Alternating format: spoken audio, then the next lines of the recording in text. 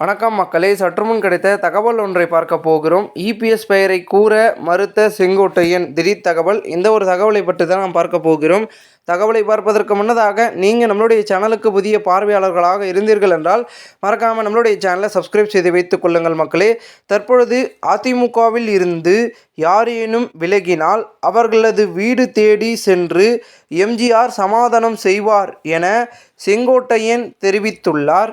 2017 கட்சிக்கு கடுமையான சோதனைகள் ஏற்பட்ட போதும் முன்னாள் முதல்வர் தற்பொழுதைய எதிர்க்கட்சி தலைவரை தேர்ந்தெடுத்தோம் என இபிஎஸ் பெயரை கூறாமல் தனது கருத்தை கூறினார்.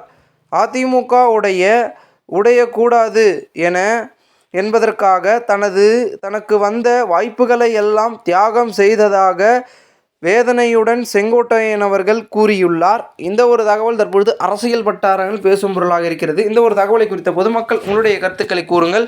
இதுபோன்று நீங்கள் அரசியல் சார்ந்த நிகழ்வுகளாம் தினசரி தெரிந்து கொள்ள சேனலை சப்ஸ்கிரைப் செய்து வைத்துக் கொள்ளுங்கள். நன்றி, வணக்கம்.